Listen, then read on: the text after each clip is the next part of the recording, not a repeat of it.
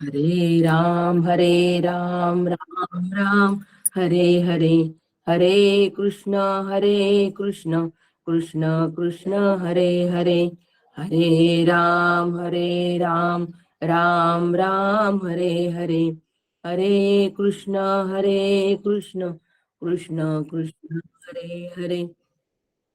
सद्गुरुनाथ महाराज की जय। गुरु ब्रह्मा गुरु विष्णु गुरुदेवो महेश्वरा, गुरु साक्षात् परब्रह्म तस्मै श्री गुरुवे नमः, तस्मै श्री गुरुवे नमः। अभाग्यासी करी भाग्यवंत, ऐसे श्री गुरु काका श्रीमंत, जीवत्वाची खंत स्वरूपी विराली, श्रीराम जीवना देण्या अर्थ, सद्गुरु काका समर्थ, जीवत्वाचा अंत आत्मारामी केला। श्रीराम समर्थ श्रीराम। परम पूज्य श्री गुरु डॉक्टर काकांना साष्टांग नमस्कार करते। परम आदरणीय सुनील काकांना आपण साष्टांग नमस्कार करते। आणि श्रोते, आपण जगदीशांची मूर्ती आहात, माझे प्रेरणास्थान आहात, म्हणून आपल्याला पण साष्टांग नमन करते। जय जय श्रोते गण करीते आपणा नमन।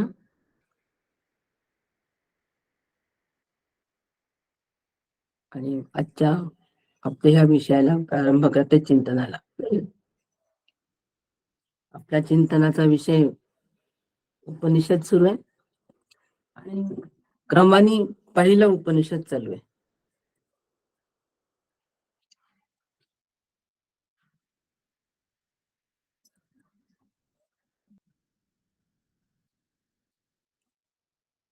या उपनिषदा अंतर्गत आपण साधारण 10 श्लोकापर्यंत आलेला आहोत। 10 श्लोकांचं विवरण आपण बघितलेलं आहे आणि या 10व्या श्लोकापर्यंतचं विवरण बघत असताना अत्यंत अधिकार वाणिनी असा मी उपनिषदांचा अभ्यास करतो आहे। अधिकार वाणिनी अभ्यास करतो त्यावेळेला ती वाणी संस्कारक्षम असते आणि अंतःकरणावर संस्कार, तत्वज्ञानाचे संस्कार होऊन जातात। संस्कार कोण? संस्कार वाणी करते की तत्वज्ञान करतो? हा आपल्या सगळ्यांसमोर प्रश्न असेल की नाही। माझ्या या विधानाने आपण सगळेजण विचारात पडले असाल की नाही की तत्वज्ञान युक्त ज्यावेळेस संस्कार आमच्या अंतःकरणात होतात तेव्हा वाणी करते की तत्वज्ञान करतो? तर तत्वज्ञान वाणीच्या माध्यमातून अशा पद्धतीने आम्ही जर मांडणी करून घेतली तर ते तत्वज्ञान आमच्या अंतःकरणावर संस्कार करून घे, तेव्हा त्या तत्वज्ञानाचा संस्कार आमच्या याच्यातून, तोपर्यंत नाही होणार। मूर्ती जर तयार करायची असेल, मूर्ती जर बनवायची असेल तर समजा ज्याला ज्ञानच नाही, मला ज्ञानच नाही मूर्ती करण्याचं,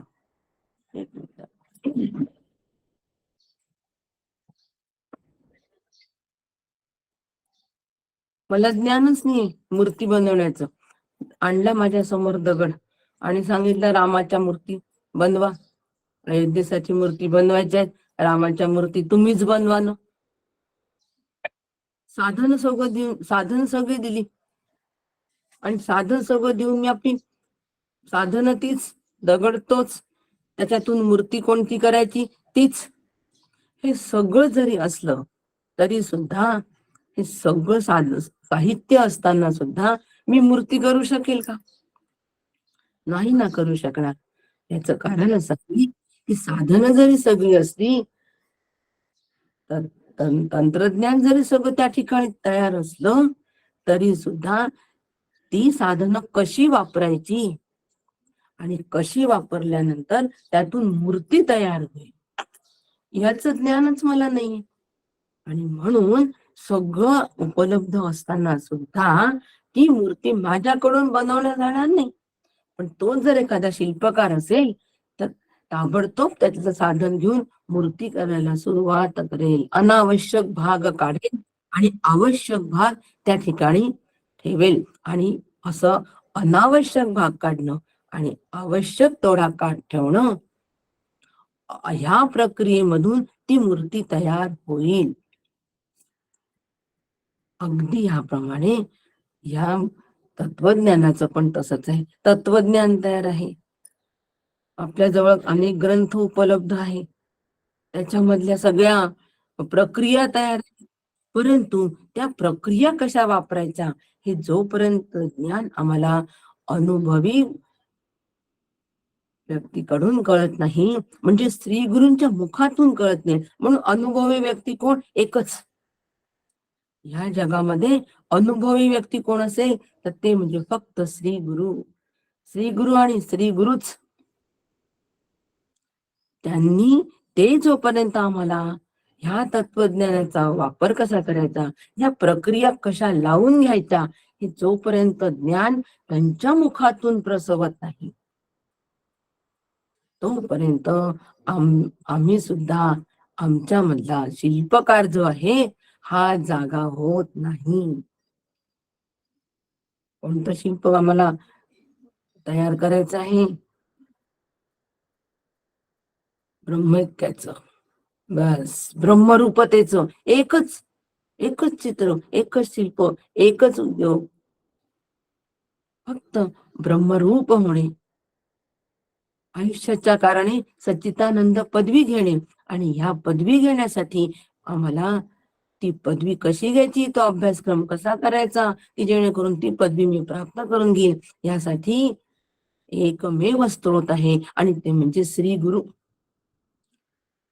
आणि म्हणून ज्या वेळेला श्री गुरु आपल्या मुखातून ह्या सगळ्या गोष्टीचा उहापोह करतात आणि आमच्या समोर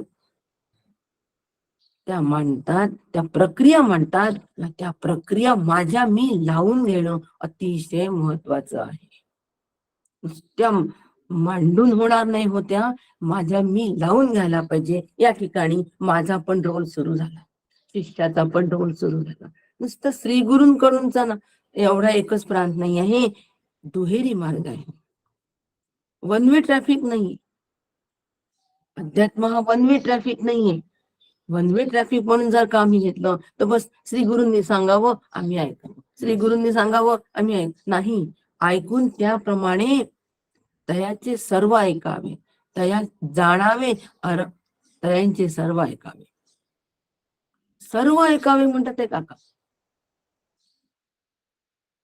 त्यांना धरावे, सेवावे, जाणावे आणि सर्व ऐकावे. ह्या सगळ्या गोष्टी आम्ही करतो, पण सर्व ऐकावेच्या त्या ठिकाणी तिथे आमची गाडी पंक्चर होते. कारण एवढा आम्ही प्रवास केलेला असताना तयाचे सर्व, तया जाणावे, जाणलं, धरावे, सेवावे, सेवा केली, इथपर्यंत आमचा प्रवास नीट होतो. पण तयांचे सर्व ऐकावे, सर्व या शब्दामध्ये आमची गाडी पंक्चर होते. कारण सर्व ऐकावे हा रस्ता अतिशय खडतर आहे. एवढा सोपा नाहीये सर्व ऐकावे.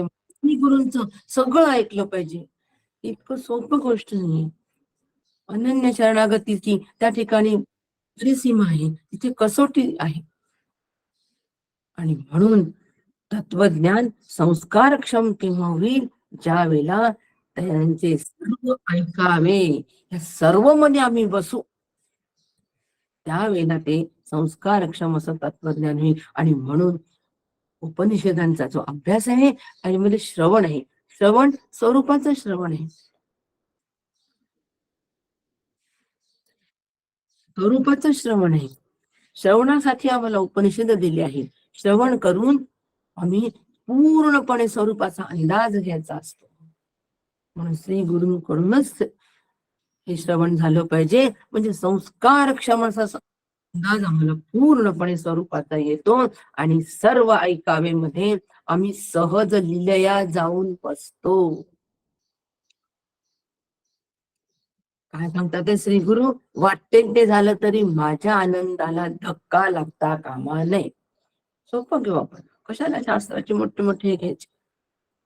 वाटेल ते झालं तरी माझ्या आनंदाला धक्का लागता कामा नये. यामध्ये वाटेल ते या शब्दामध्येच सगळी मेघ आहे हो.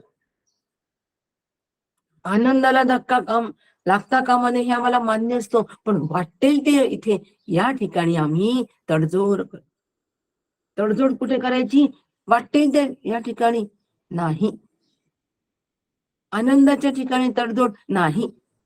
या दोन्ही ठिकाणी आम्ही तडजोड करता कामा नये, कॉम्प्रोमाइज इथे करता कामा नये. प्रपंचाच्या प्रत्येक गोष्टीमध्ये आम्ही कॉम्प्रोमाइज करावं, काही बिघडत नाही. अगदी शेवटच्या क्षणाला नाही आला मुलगा भेटायला, नाही टाकलं तोंडात पाणी, नाही हे केलं, तरी पण कॉम्प्रोमाइज करायची तयारी असावी, कारण शेवटी तो प्रपंच आहे. देह सोडणं हा प्रपंच आहे.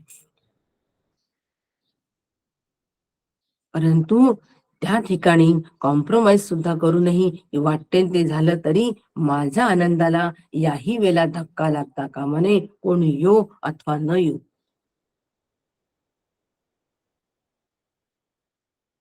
मृत्यू समय कोणत्या वेळेला येणार, शुभकाली की अशुभकाली, काही तो विचार नाही.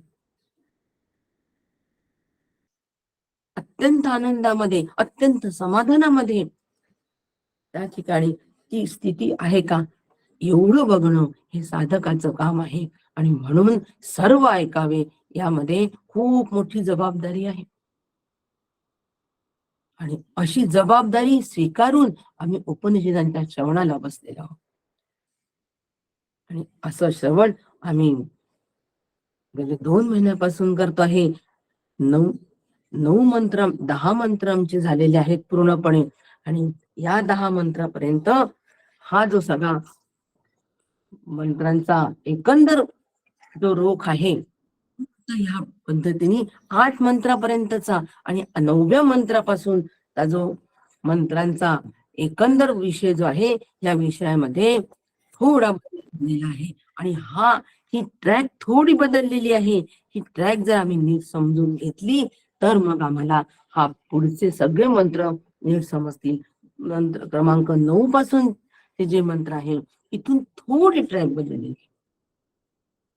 बदललेली म्हणून नाही. श्रुती माऊली अत्यंत दयाळू आहे, एक लक्षात घ्या, अतिशय दयाळू आहे. ती भरवत असलेले घास हे सगळ्यांना पचनी पडावे, सगळ्या अधिकारामधल्या साधकाला ते पचनी पडावे. मंद, मध्यम आणि तीव्र मुमुक्षत्वाला प्रत्येक घास हा पचनी पडावा, हा विचार ती श्रुती माऊली करते. आणि म्हणून श्रुती माऊलींनी 8 मंत्रापर्यंतचा जो विषयांचा रोख आहे तो, आणि 9व्या मंत्रापासूनचा जो आहे तो, यामध्ये थोडा बदल झालेला आहे. आणि हा आम्ही जर नीट लक्षात घेतला तरच आम्हाला हे पुढचे मंत्र कळणार आहे, तोपर्यंत कळणार नाही. म्हणून 9व्या मंत्रापर्यंत थोडं विषयांतर याच्यामध्ये होत आहे. या मंत्राचा संदर्भ आम्ही नीट लक्षात घेतला पाहिजे. स्वरूपाचं संपूर्णतः वर्णन जे आहे, हे संपूर्णतः स्वरूपाचं वर्णन हे 8व्या मंत्रापर्यंत आम्हाला या ठिकाणी दिलेलं आहे. पहिला मंत्र आम्हाला सांगतो ईशावास्य इदम सर्व. यामध्ये हा मंत्र आम्हाला सांगत असताना यामध्ये आम्हाला पूर्णपणे ज्ञाननिष्ठा सांगितलेली आहे. ईशावास्य इदम सर्व मध्ये ज्ञाननिष्ठा सांगितलेली आहे. मंत्र क्रमांक 8 पर्यंत ज्ञाननिष्ठाच सांगितलेली आहे. पण लगेच दुसऱ्या मंत्रामध्ये कर्मनिष्ठा सांगितली आहे. दुसऱ्या मंत्रामध्ये आम्हाला कर्मनिष्ठा सांगितलेली आहे. पहिल्या मंत्रात ज्ञाननिष्ठा सांगितली आहे, दुसऱ्या मंत्रात कर्मनिष्ठा सांगितलेली आहे. तर तिसऱ्या मंत्रामध्ये परत कर्मनिष्ठेची निंदा केलेली आहे. कशासाठी केली आहे? तिसऱ्या मंत्रात कर्मनिष्ठेची निंदा कशासाठी केली आहे?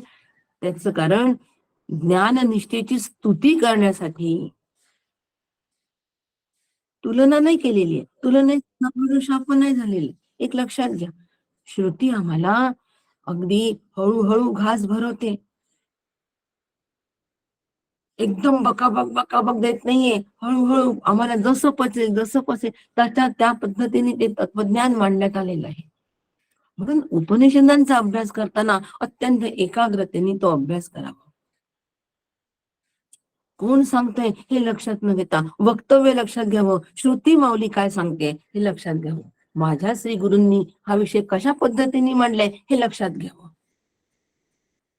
वक्तव्याकडे लक्षात घ्यावं. म्हणून आज काकू सांगते आणि उद्या काका सांगतात हे गौण आहे. हो, काका आणि काकू गौण आहे. यामध्ये वक्तव्य महत्वाचं आहे. श्रुती माऊलीला काय नेमकं मला सांगायचंय हे समजून घेणं महत्वाचं आहे.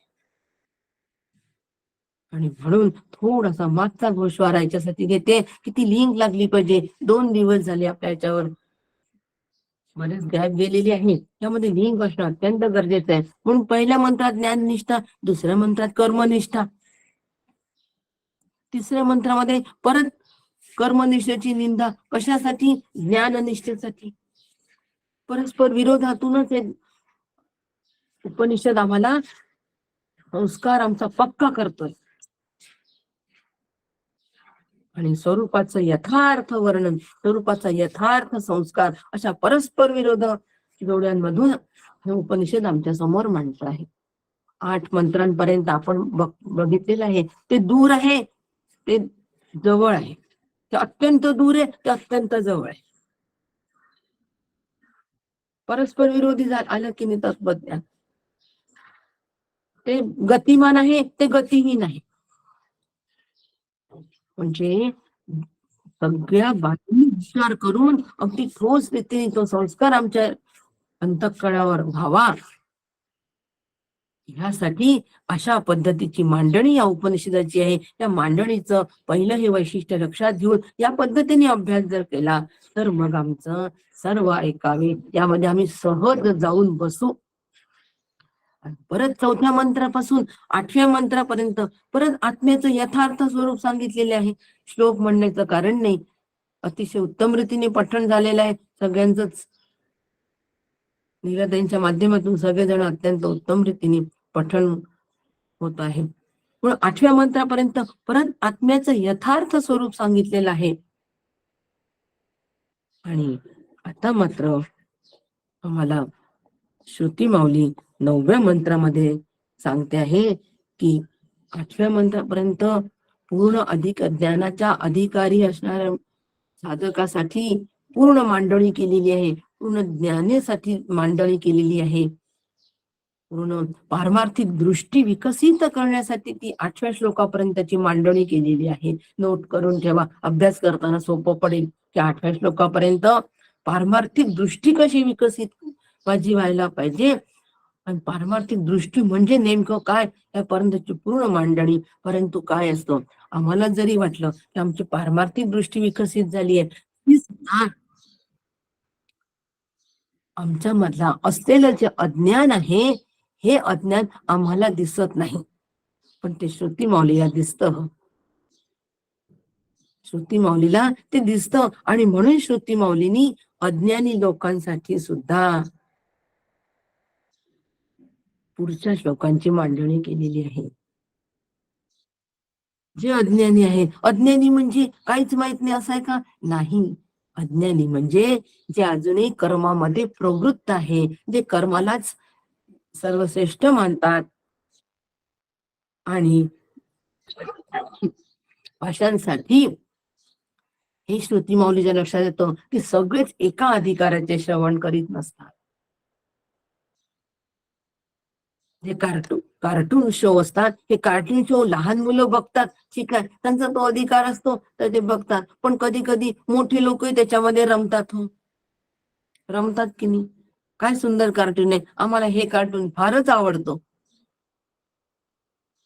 म्हणजे एकाच अधिकारामधले लोक तेच बघतील किंवा तेच ऐकतील असं नसून सगळेजण सगळे ऐकत असतात, याची कल्पना श्रुती माऊलीला आहे. आणि म्हणून श्रुती माऊलींनी जे अधिकारी नाही, ज्ञानाचे अधिकारी अद्याप व्हायचे आहेत, त्यांच्यासाठी सुद्धा 9व्या श्लोकापासून या ठिकाणी प्रारंभ केलेला आहे. आणि त्यांना ज्ञानाचे अधिकारी कसं बनवायचं हा विचार श्रुती माऊलींनी केलेला आहे. म्हणून कर्माची निंदा श्रुती माऊली करते.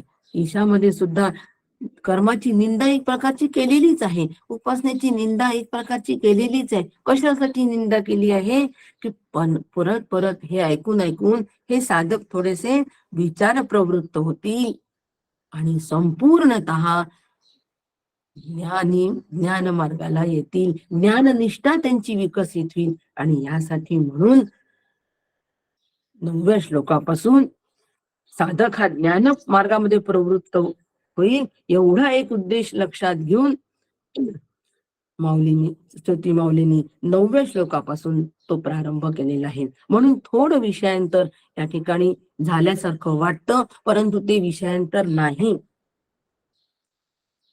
म्हणून आचार्य सुद्धा यामध्ये संगती भाष्य देतात आहे. आचार्यांनी पण संगती भाष्य दिलेलं आहे. म्हणजे 8 श्लोकांपासूनचा 8 श्लोक पहिला भाग, त्याच्यानंतरचे जे दुसरे श्लोक आहे, या दोघांची संगती कशी आम्ही लावून घ्यायची, साधक म्हणून कशी लावून घ्यायची, याला संगती भाष्य असं म्हणतात. आणि म्हणून हे संगती भाष्य सुद्धा आचार्यांनी आमच्यासाठी दिलेलं आहे. की आचार्य म्हणतात की ज्ञानमार्गी कोण आहे, काकांची ओवी आहे 105 क्रमांकाची ओवी की पुत्रदारा आणि वित्त गृहदेश वा जीवित तयासी जो पूर्ण विरक्त तो ज्ञानमार्गी.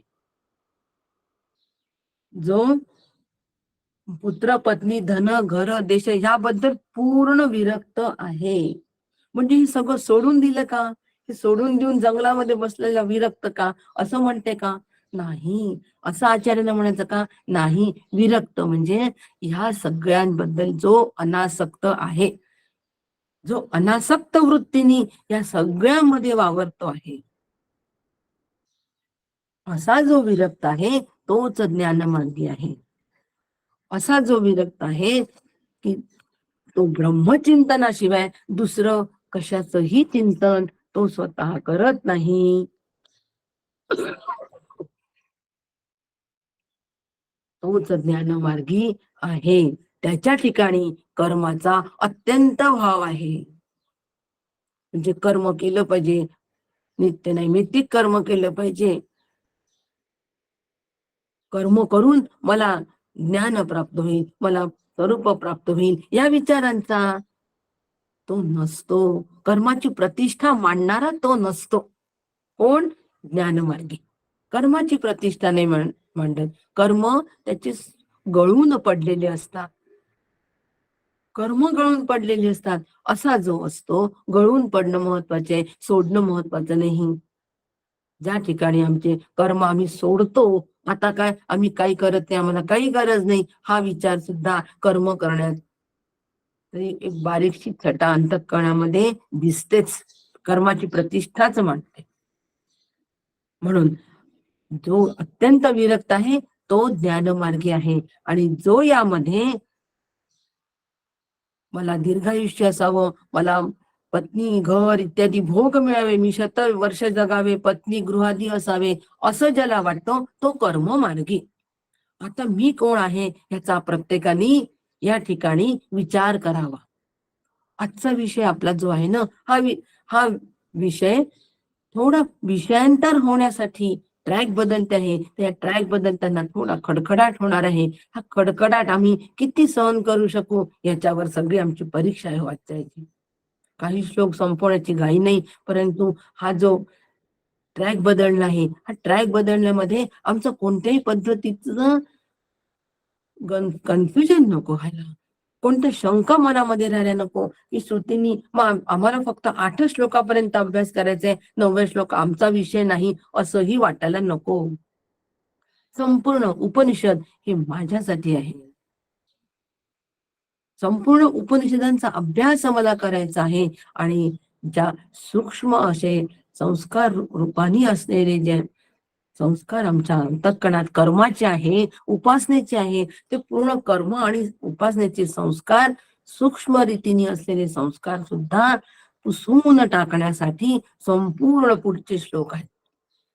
लक्षात घ्या, आम्ही उपनिषदांचा अभ्यास करतो, आम्ही गीतेचा अभ्यास करतो, आम्ही ज्ञानमार्गी आहोत. आता आम्ही स्वरूपाचा अभ्यास करतो आहे. आता आम्हाला कशाची आवश्यकता नाही असं आम्हाला सहज वाटून जातं. वाटतो की नाही? ज्यांनी त्यांनी आपल्या अंतरंगात डोकवून पहा, लक्षात येईल की ही एक छटा सगळ्यांच्या अंतःकरणामध्ये आहे आणि ही छटा अंतःकरणात राहू नये म्हणून कर्माची आणि उपासनेची निंदा काही प्रमाणामध्ये इथे केलेली आहे. त्याला गौणत्व म्हणून नाही दिलेलं नाही, तो मार्ग आहे. परंतु ज्ञाननिष्ठा ज्या वेळेला आम्हाला जोपासायची आहे, त्या ज्ञाननिष्ठेच्या आड ह्या निष्ठा यायला नको, ह्यासाठी हा सगळा खटाटोप. आणि म्हणून आम्हाला आचार्यांनी संगती भाष्य दिलेलं आहे.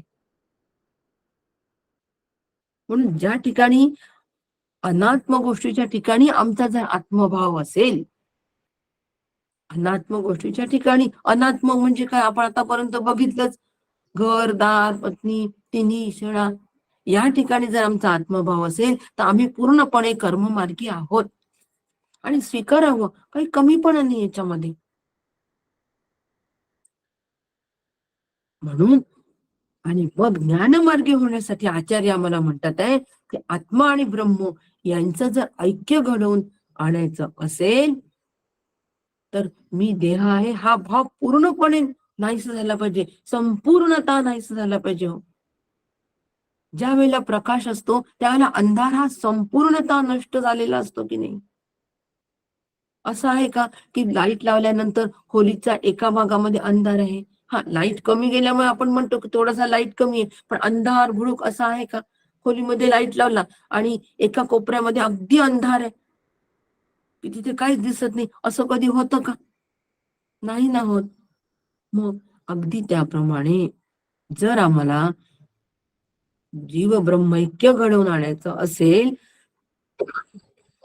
तर मी देह आहे हा भाव आमचा संपूर्णपणे नाहीसाच झाला पाहिजे. आणि हे फक्त विरक्तीनी म्हणजे संन्यस्त वृत्तीनी शक्य होतं. आणि ही संन्यस्त वृत्ती जी आहे ही आमची तयार व्हावी म्हणून लवलेश सुद्धा कामी नाही. कर्म आणि उपासनेचा लवलेश सुद्धा त्या ठिकाणी असता कामा नये. कर्म आणि उपासनेचा लवलेश जर माझ्या अंतःकरणामध्ये कर्म आणि उपासनाची प्रतिष्ठा, लवलेश कशाला लक्षात येणार नाही, पण कर्म आणि उपासनेची प्रतिष्ठेचा लवलेश जरी अंतःकरणामध्ये असला तरी सुद्धा खोलीमध्ये लाईट लावल्यानंतर एका कोपऱ्यात अंधार आहे असं म्हणण्यासारखं आहे. हे जसं शक्य नाही, अगदी त्याप्रमाणे ज्ञानाची प्रतिष्ठा मांडत असताना त्या ठिकाणी कर्म उपासनेची प्रतिष्ठा असता कामा नये. पक्क लक्षात ठेवायचं. संगती भाष्य ह्याच्यासाठी आहे, पुढच्या श्लोकांचा अभ्यास ह्याच्यासाठी आहे. आम्हाला माहित नसतो, पण काही सूक्ष्म गोष्टी आमच्यामध्ये असतात. मायक्रोस्कोप खाली आपण बघतो की नाही, भाज्यांमध्ये खूप सारे जंतू आहेत, हे आम्ही मायक्रोस्कोप खाली जर आम्ही भाजी ठेवली तर अनेक जंतू दिसतात आणि उघड्या डोळ्यांनी पाहिले तर तेवढ्या अळ्या काढून टाकतो आणि आता कशी स्वच्छ आहे म्हणतो. पण अध्यात्मामध्ये एवढं सुद्धा जमत नाही. म्हणून श्री गुरूंच्या दृष्टीनेच आम्हाला सगळं काही पारखून घ्यावं लागेल. म्हणून तयांचे सर्व ऐकावे. सर्व ऐकण्यामध्ये हे आहे. हो, असा दृष्टिकोन ठेवून जर आम्ही पुढच्या श्लोकांचा अभ्यास केला तर ते आम्हाला नीट समजतील. नंतर हे आमच्यासाठी नाही असं म्हणून दुर्लक्ष होणार नाही, अशी नक्की काळजी घ्या. आणि म्हणून हे संबंध भाष्य आचार्यांनी आमच्यासाठी दिलेलं आहे की त्यांना आत्मरूप व्हायचं ज्यांना आत्मरूप व्हायचंय त्यांनी पिंड आणि ब्रह्मांडाच्या चारही देहाचा निराश करावा. शेवटी आचार्य आम्हाला कुठे घेऊन येतात आहे की ज्ञाननिष्ठेसाठी आम्हाला कर्मनिष्ठा, उपासना निष्ठा, कर्मनिष्ठा आणि उपासना निष्ठा यातून बाहेर यावंच लागेल. त्याच्या प्रतिष्ठेतून बाहेर यावंच लागेल. तेव्हाच ज्ञाननिष्ठा प्रस्थापित होईल. आणि ज्ञाननिष्ठा एकदा प्रस्थापित झाली की आम्ही सहजतेने आत्मरूप होऊ. आहे की नाही जबाबदारी? आता तया धरावे सोपं आहे, जाणावं सोपं आहे, सेवावं सोपं आहे, त्यांची सेवा करणं सोपं आहे, त्यांना जाणणं सोपं आहे, त्यांना धरणं सोपं आहे. धरल्याशिवायच का जाणणं आणि सेवा होईल हो? पण त्यांचे सर्व ऐकावे. आहे ना खडतर रस्ता आहे ना, आणि ह्या खडतर रस्त्यातून आपल्याला सगळ्यांना जायचं आहे. आणि जाऊन आम्हाला सिद्ध करायचं आहे की आम्ही कसे आहोत, बलवान आहोत. आम्ही बलवान आहोत, बलवान झालोय, धष्टपुष्ट झालोय तत्वज्ञानाने, श्री गुरूंच्या सगळं ऐकण्याने. आणि म्हणून आमचा जो 11वा श्लोक आहे, तो 11वा श्लोकाची मांडणी जर आम्हाला करायची असेल तर 9व्या श्लोकापासून काय पद्धतीने विषयांतर झालेला आहे हे आम्ही जर नीट लक्षात घेतलं तर मात्र या ठिकाणी आम्ही नीट लक्षात घेऊ शकू की श्रुती माऊलीला नेमकं काय म्हणायचं आहे. म्हणून पहिल्या मंत्रापासून थोडासा हा घोषवार आपण घेतला आणि आता श्रुती माऊली आम्हाला सांगते आहे सगळे पुढचे मंत्र हे अज्ञानी पुरुषांसाठी सांगितलेले आहेत. ज्ञानी पुरुष जे आहेत, ज्ञानी पुरुष हे कधीही ज्ञान आणि कर्म यांचा समुच्चय कधी करत नाही. कधी करत नाही. ज्ञान आणि कर्म यांचा समुच्चय होणे नाही. म्हणजे ज्ञान आणि कर्म यांचा समुच्चय म्हणजे कर्मानी ज्ञान प्राप्त होतं असं कधीच नाही. कर्म प्रतिष्ठेने ज्ञान प्राप्ती होईल असं नाही. म्हणून यांचा कर्म आणि ज्ञान यांचा समुच्चय या ठिकाणी गृहीतच नाही, अभिप्रेतच नाही. ज्ञानी तसं करत पण नाही. मग काय करावं? अज्ञानीने काय करावं? तर मग अज्ञानाने कर्म आणि उपासना यांचा समुच्चय करावा. कर्म आणि उपासना यांचा समुच्चय करावा. समुच्चय करावा म्हणजे काय? समुच्चय करावा म्हणजे समन्वय साधावा.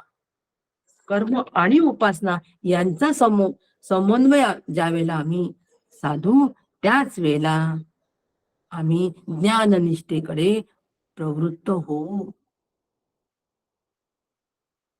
कर्म मार्ग वेगळा आहे, उपासना मार्ग वेगळा आहे. या दोन्हीचीही फळं वेगळी आहे. म्हणून दोन्हीही आम्ही आधी कर्म करतो, मग नंतर उपासना करतो, असे वेगळे कंपार्टमेंट नाही.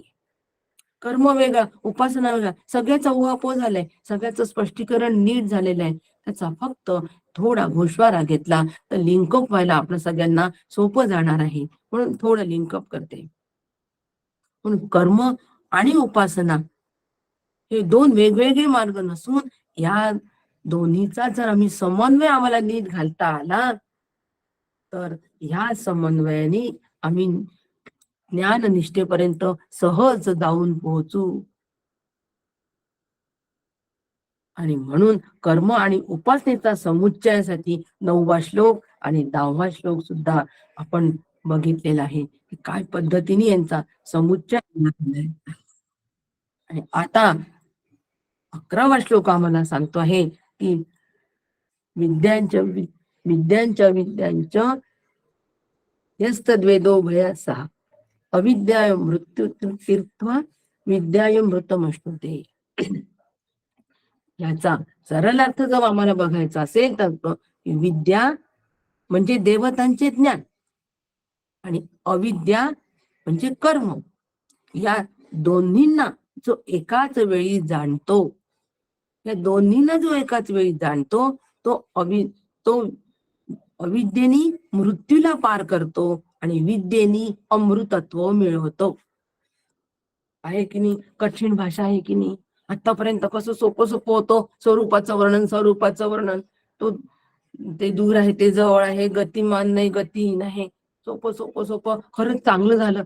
स्वरूपाचं वर्णनच चांगलं आहे. हो, पण ते आम्ही त्या स्थितीला पोचलो का? आम्ही आमच्या अंतरंगात डोकून पाहिलं का? नाही पोचलो ना. मग नाही पोचलो तर याचा अभ्यास करा आणि तिथे पोच. कुठे जायचंय? त्या ठिकाणी जायचंय. 8 श्लोकांपर्यंतचा परिणामाला आम्हाला प्राप्त व्हायचंय, पण त्यासाठी ह्या श्लोकांचं तेवढंच महत्व आहे. म्हणून आम्ही विद्या आणि अविद्या या दोन्हींना जो एकाच वेळी जाणतो, विद्यांच्या अविद्या एकाच वेळी जो जाणतो, म्हणजे या श्लोकामधून आम्हाला काय करायचंय की विद्या आणि अविद्येला एका वेळी जाणणं महत्वाचं आहे. पहिला मुद्दा या श्लोकाच्या माध्यमातून अभ्यास करायचा. दुसरा मुद्दा, एकाच वेळी आम्हाला जाणायचं आहे, म्हणजे याचा त्याग करायचा नाही किंवा स्वतंत्रपणे अनुष्ठान करायचं नाही. कर्माचं वेगळं अनुष्ठान आणि उपासनेचं वेगळं अनुष्ठान असं करायचं नाही. म्हणजे समुच्चय करायचा आहे, हे आम्हाला जाणायचं आहे. याचा आम्हाला समुच्चय करणं जाणायचं आहे. जाणणं काय आहे? जाणणं हे आहे, समुच्चय करणं हे आम्हाला जाणायचं आहे. आणि मग असा समुच्चय झाला की त्याचं फळ काय मिळणार आहे, त्या फळाचा पण विचार आम्हाला करायचा आहे. ह्या फळाचा विचार करणारा 11वा श्लोक आहे, 10वा आणि 11वा श्लोक. 10वा आणि 11वा श्लोक फळाचा विचार करणार आहे की अविद्येने आम्हाला मृत्यूला पार करायचंय आणि विद्येने आम्हाला अमृतत्वाची प्राप्ती करायची. असा आपण एकतर कर्म करतो नाहीतर उपासना करतो. ते दोन्हीही वेगळे, दोन दोन कंपार्टमेंट नाही. कर्माने काय होतं? कोणत्या कर्माने? निष्काम कर्माने आमचं चित्त शुद्ध होतं आणि निष्काम उपासनेने शांत होतं, म्हणजे विक्षेप दोषाची शांती होते. आणि असं शुद्ध आणि शांत चित्त करून मगच त्या ठिकाणी आत्मस्वरूपाचा विचार रुजल्या जातो, ज्ञाननिष्ठा तयार होते. पार्श्वभूमी फार महत्वाची याची. याचं फळ काय मिळतं? हे फळ महत्वाचं नाही. कर्म आणि उपासनेच्या समुच्चयाचं फळ काय आहे? त्या फळाचा विचार जास्ती करून ह्या अनुषंगिक विचार करण्यापेक्षा आम्हाला कशासाठी या मंत्राचा अभ्यास करायचा आहे हे खूप महत्वाचं आहे. चित्त शुद्ध आणि चित्त शांत झालं, चित्त शुद्ध आणि शांत झालेला त्या विचार चित्तामध्येच आत्मस्वरूपाचा विचार रुजल्या जातो. एक ओवी सांगते, त्याच्यातून हा पूर्ण विचार स्पष्ट होईल. जेणे भ्रांतीपासून हिरतले, गुरुवाक्य मन धुतले, मग आत्मस्वरूपी घातले रोनिया. आता याच्यामध्ये बघा समुच्चय कसा आहे, कर्म आणि उपासना यांचा समुच्चय या ओवीच्या माध्यमातून कसा दिलेला आहे हे समजावून सांगते. जेणे भ्रांतीपासून हिरतले, मनोवाक्य मन धुतले. भ्रांतीपासून म्हणजे कर्मानी ज्ञान आम्हाला प्राप्त होतो आहे. भ्रांती हा भ्रम आम्हाला झालेला आहे. कर्मानी ज्ञान प्राप्त होणार आहे, कर्मानी ज्ञाननिष्ठा तयार होणार आहे. हा जो भ्रम आमचा तयार झालेला आहे, ह्या भ्रमापासून जर आम्हाला दूर व्हायचं असेल तर आम्हाला श्री गुरूंचं सर्व ऐकावं. गुरुवाक्य मन धुतले, श्री गुरूंचं सर्व ऐकून, म्हणजे ते म्हणतात आहे निष्काम कर्म कर रे बाबा, सर्व ऐकावं. निष्काम कर्म करे सांगतात ते श्री गुरु, त्याप्रमाणे निष्काम कर्म जर करत असू तर मन धुतले, मन हे शुद्ध होणार आहे. धुणं म्हणजे काय? धुणं ही प्रक्रिया शुद्धतेची सांगते की नाही आम्हाला. मन पूर्णपणे आमचं त्यावेळेला शुद्ध होणार आहे जर श्री गुरूंचं ऐकलं तर. श्री गुरु म्हणतात निष्काम कर्म कर, कोणतीच कामना करू नको कर्म करण्याच्या मागे. ती निष्काम भावनेतूनच कर्म माझ्याकडून झालं पाहिजे. प्रत्येक कर्म, जेवढे काही कर्माचे प्रकार असेल तेवढे व्यवहारकालीन असणारे सगळी कर्म निष्काम वृत्तीने होत असतील तरच ते मन शुद्ध होणार आहे.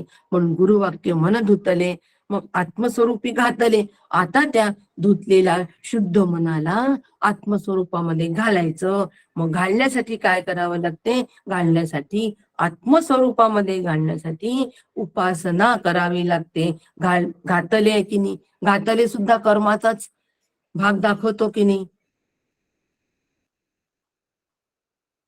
आम्ही आमच्या बाळाला कपडे घातले म्हणजे कपडे घालण्याची प्रक्रिया आम्ही त्या बाळाला केली की नाही? म्हणजे कर्म आहे की नाही? कर्माचा भाग त्याच्यात आहे की नाही? म्हणून उपासना सुद्धा हे कर्मच आहे. म्हणून आत्मस्वरूपी मन घातले या ठिकाणी माझ्या ते जे शुद्ध झालेलं मन आहे तरी सुद्धा ते चंचल आहेच, त्यामध्ये विक्षेप आहेच. ते शांत करण्यासाठी त्याला एका ठिकाणी बसवण्यासाठी ते कुठे बसवायचं? तर ते आत्मस्वरूपाच्या ठिकाणी. म्हणजे कुठे बसायचं? म्हणजे सगुणाच्या तिथे. माझं उपास्य दैवत, उपासनेमध्ये उपास्य दैवत असतं. त्या उपास्य दैवतेच्या तिथे जर मी माझं अंतःकरण स्थिर ठेवलं, त्याच ठिकाणी जर ते सतत ठेवलं तर ते स्थिर होईल, ते एकाग्र होईल. मग ते आत्मस्वरूपी घातले होईल.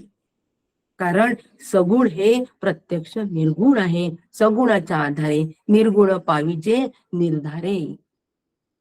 कर्म आणि उपासनेचा समुच्चय.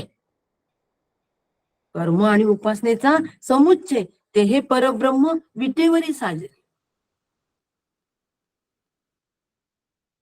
विठ्ठलाचा आलंबन घेतलाय. विठ्ठलाचा आलंबन घेऊन विठ्ठल हा प्रत्यक्ष परब्रह्म स्वरूप आहे आणि माझ्या उपासनेच्या सोयीसाठी हा विटेवर उभा आहे. कर्म आणि उपासना त्यांचं समुच्चय अत्यंत सुंदर पद्धतीने ते हे परब्रह्म विटेवरी साजिरे यामध्ये आहे. म्हणून उपासना करताना सगुणाची उपासना करायची. आणि सगुणाची उपासना कशासाठी करायची? तर हे जे शुद्ध झालेलं चित्त आहे परंतु अजूनही चंचल आहे, हे एका ठिकाणी स्थिर व्हावं. ते आत्मस्वरूपाच्या तिथे एकदम स्थिर होऊ शकत नाही. म्हणून सगुणाच्या माध्यमातून, म्हणून विठ्ठलाच्या पायाशी ते स्थिर व्हावं यासाठी केलेले सगळे प्रयत्न हे उपासनेमध्ये येतात. समुच्चय बघतोय आपण. जाण्याचं काय? आधी पहिलं चरण जे आहे ते बघतोय आपण. पहिलं वर्णक बघतोय आपण. संस्कृत श्लोक असल्यामुळे वर्णक म्हटलं. मराठी ओवी असती तर चरण म्हटलं असतं. संस्कृत श्लोक असल्यामुळे वर्णक म्हटलं. पहिला वर्णक याच्यामधलं की विद्या आणि अविद्या या दोन्हींना एकाच वेळी जाणणं सुरू आहे इथे या ठिकाणी. विद्या आणि अविद्या या दोन्हींना एकाच वेळी जाणायचं आहे. म्हणजे यांचा समुच्चय आम्हाला समुच्चय जाणायचा आहे. समुच्चय म्हणजे कसा हे आम्हाला जाणून घ्यायचं आहे. म्हणून वर्णक पहिलं काय सांगतं? समुच्चय जाणावा. समुच्चय म्हणजे काय हे लक्षात घ्यावं. समुच्चय कसा असावा हे लक्षात घ्यावं. आणि म्हणून ते हे परब्रह्म विटेवरी साजरे जे आहे हे परब्रह्म विटेवरी साजरे ही माझ्या उपासनेची सोय केलेली आहे. उपासना म्हणजे काय?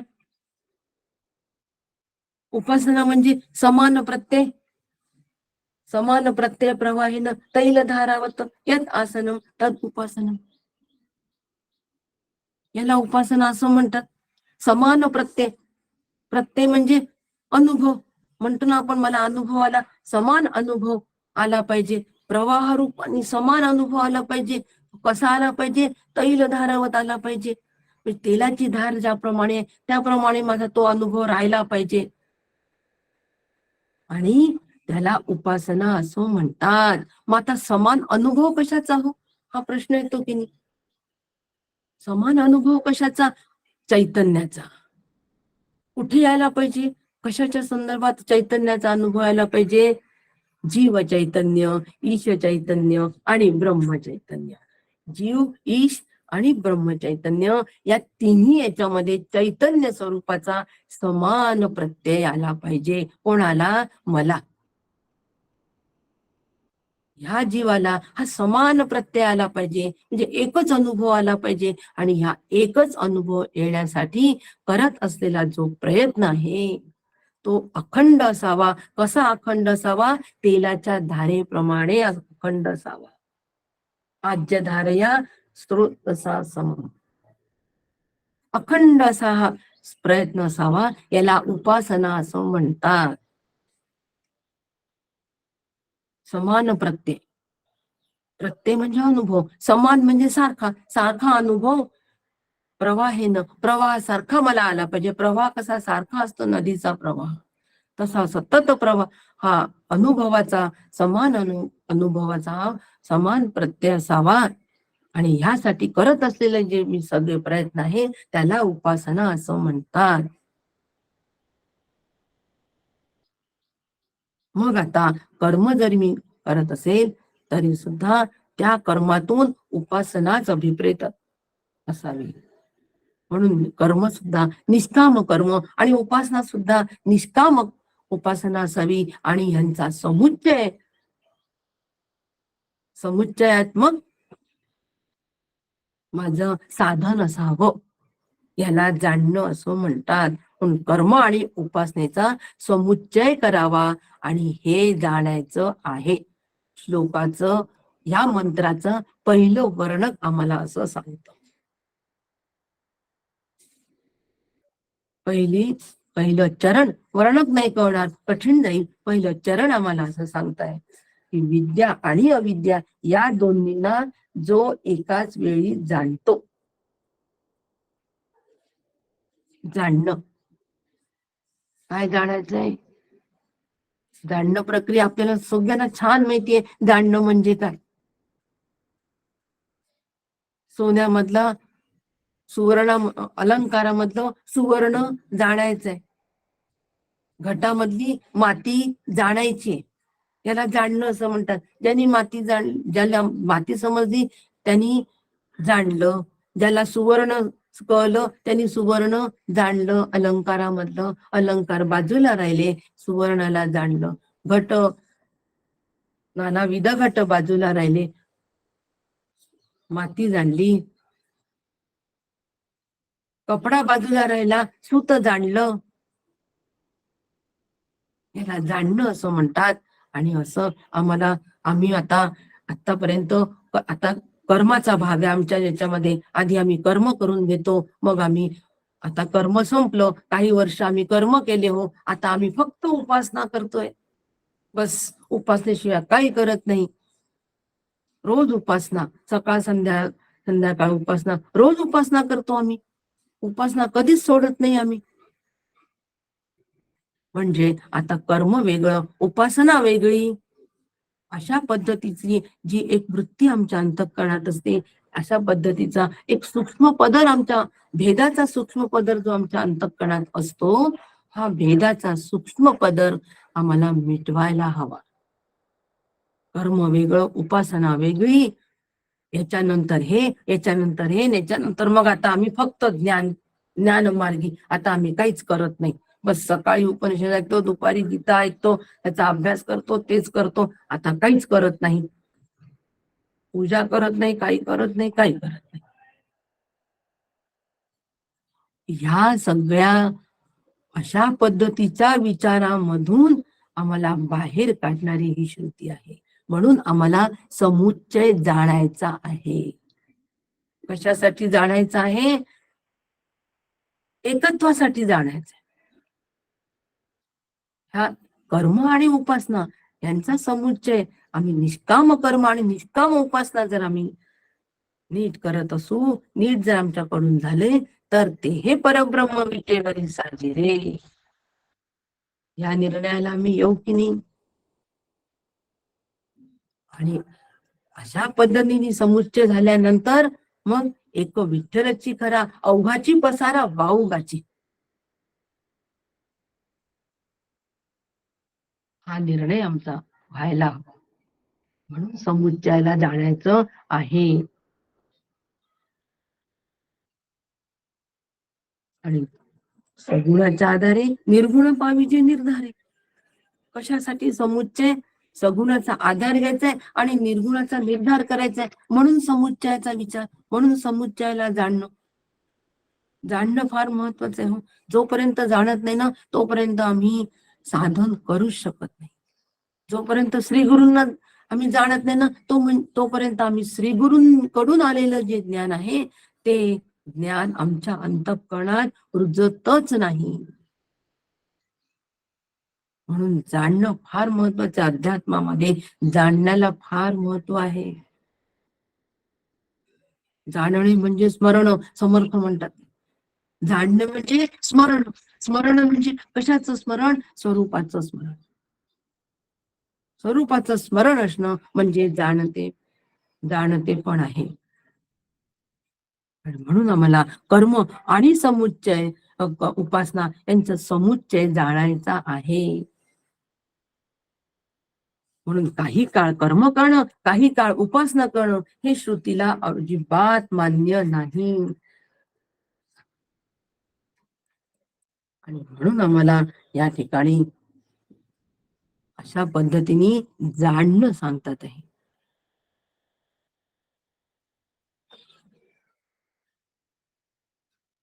5 मिनिटं बाकी आहे. या 5 मिनिटामध्ये पुढचे मुद्दे आपले होणार नाही. त्यामुळे 5 मिनिटं विषय थांबवते, कारण पुढचाही मुद्दा अतिशय महत्वाचा आहे. की मग आता हे समुच्चय करायचा म्हणजे मग नेमका कशा पद्धतीने हा झाला पाहिजे, का समुच्चय सांगितलेला आहे. आज आपण एवढाच एक मुद्दा पाहिला की समुच्चयाला जाणायचं आहे. कारण आम्हाला श्लोकाचं पहिलं वर्णन जे आहे, पहिला जो चरण आहे हे आम्हाला हीच आज्ञा देते, श्रुती आम्हाला हीच आज्ञा देते की त्याला जाणायचं आहे. श्रुतीची ही आज्ञा उल्लंघून आम्ही पुढच्या आज्ञेला कसं जाणार?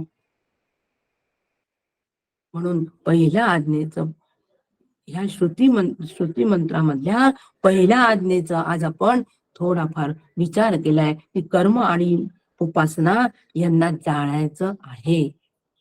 आणि हे जाणणं चालू आहे. आता हे कसं जाणायचं? का जाणायचं? हा सगळा भाग जो आहे, समुच्चय करणं म्हणजे नेमकं काय? समुच्चय करायचं म्हणजे काय करायचं? समुच्चय करायचा म्हणजे सह अनुष्ठान करायचं. पण श्रुतीची आज्ञा आहे सह अनुष्ठान करणं. श्रुतीने आम्हाला आज्ञा दिलेली आहे. समुच्चय करायचा म्हणजे काय करायचं? सह अनुष्ठान करायचं. मग आता हे सह अनुष्ठान कसं करायचं?